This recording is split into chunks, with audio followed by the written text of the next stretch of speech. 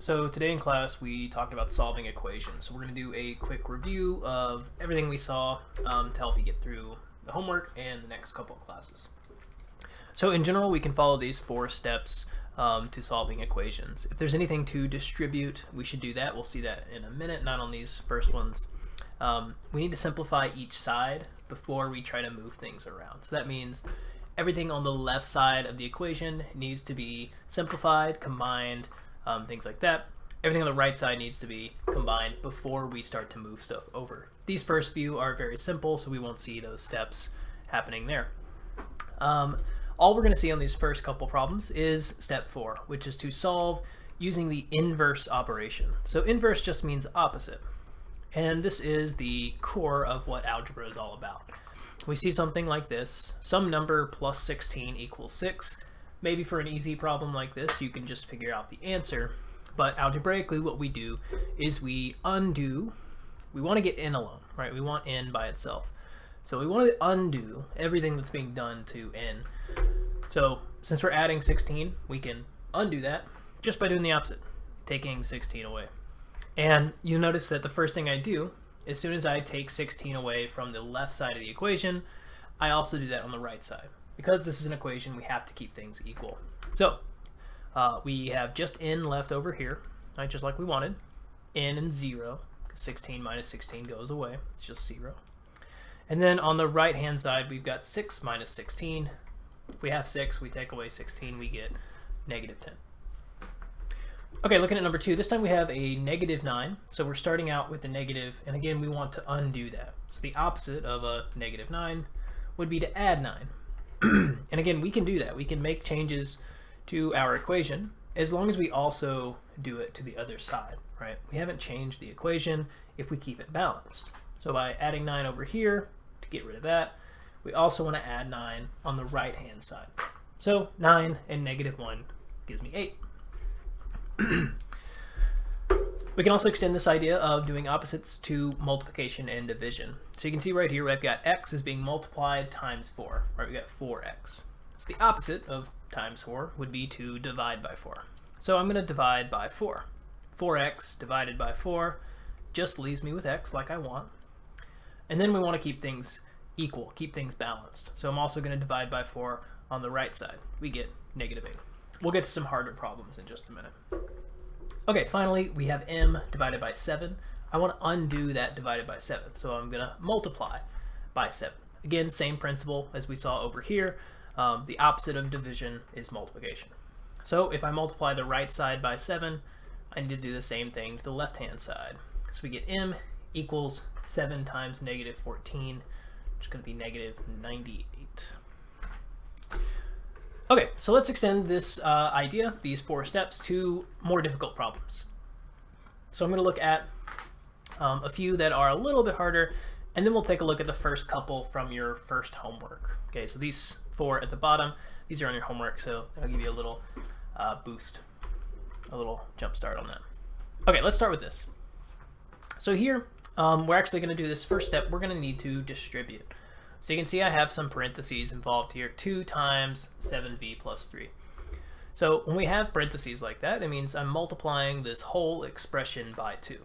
So 2 times 7v and 2 times 3. So don't forget that 2 needs to be distributed or multiplied through. Okay, so we get 14 v's plus 6 is 118. All right, so we're still, we've got our distribution done. There's nothing left to simplify. We do have 2 terms on the left. We have 14 v's and 6, but we can't put them together. They're not like terms. All right, this is a number, and this is a variable term, right? 14 times something, times whatever v is. So right now we've got our v, our variable, is being multiplied times 14, and we're adding 6 to it. So I need to undo both of those things. Truly, we could do it in any order, but it's going to be a lot nastier if we try to divide first. We'll get 6 over 14, which is not a nice number. So it'd be easier if we subtract first. You don't have to, but it's a lot easier. So we get 14v. Our 6's have gone away. I also subtracted 6 from the right side of the equation to keep things balanced. So we end up with 14v is 112. Now I want to get rid of that 14. So if I'm multiplying by 14, I can get rid of it by dividing. All right, we end up with just v. And 112 divided by 14 is going to give us 8. Always grab a calculator for those tough ones. Let's look at this one. So again, we have some distribution to start us off. We've got parentheses here. So we're going to multiply this through. We've got 6 times 8x, so that's 48x. 6 times 10 is 60. It's not anything to do on the left-hand side yet, so I'm just going to rewrite that. 17 plus 5x. Okay, so we've got everything distributed. Everything's simple. All right, there's no terms to combine on the left or the right. So next we're going to move variables all to one side. You can see I've got x's on the left, I've got x's on the right, but we want all those together. It doesn't matter which way we move them. I'm going to actually do my x's to the right-hand side. So I'm going to subtract 5x from here. I'm allowed to do that as long as I also take away 5x's from the other side of the equation to keep it balanced. So these will go. Just got 17 here, 43x, and 60. All right, so we're almost there. We've got 43 times x plus 60. I don't want the plus 60, so just like over here, I'm going to subtract whatever I got on both sides. Again, if you're not sure what to do next, our ultimate goal is to get the variable alone. We're trying to isolate our variable. So whatever's happening around this x right here, we need to undo it. Sweet. So we get 17 minus 60 is negative 43. So 43x equals negative 43. You can probably see what the answer is going to be, but I'm going to finish it off here. Instead of multiplying times 43, I'm going to divide. So we get x equals negative 1. Squeeze that in there. Okay, so the problems on your homework, there's 6 of them, and they're going to be pretty similar to the ones I just did, but with some extra steps. So a little bit harder to really push our algebra.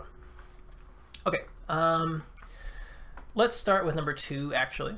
I'm going to come back to number 1. So looking at number 2, this one's going to need all those steps. So we need to distribute some things. We've got 2x times negative 8, so I got 2x minus 16, 2 times negative 8. I've got 6x minus 12. Again, notice I'm distributing that 6, so it multiplies through. Okay, so we've got our distribution done. Now we need to simplify each side. So what I mean by that is if we have any like terms. So on the left-hand side, we got 2x's and 4x's. We can put those together. Right, that's 6x's. We can only combine like terms if they're on the same side of the equation. So adding 2x and 4x gives me 6. We're not moving them, just cleaning up the left side. Notice also that this is a positive 2x and a positive 4x. That negative goes with the 16. Okay, on the right side, we've got some like terms. This time we have some constants, so just some plain numbers. So we got negative 12 and negative 4. Again, notice the sign goes with the number in front of it, or the term in front of it. So we got 6x minus 12 minus 14 is minus 60, or sorry, minus 4 more is negative 16.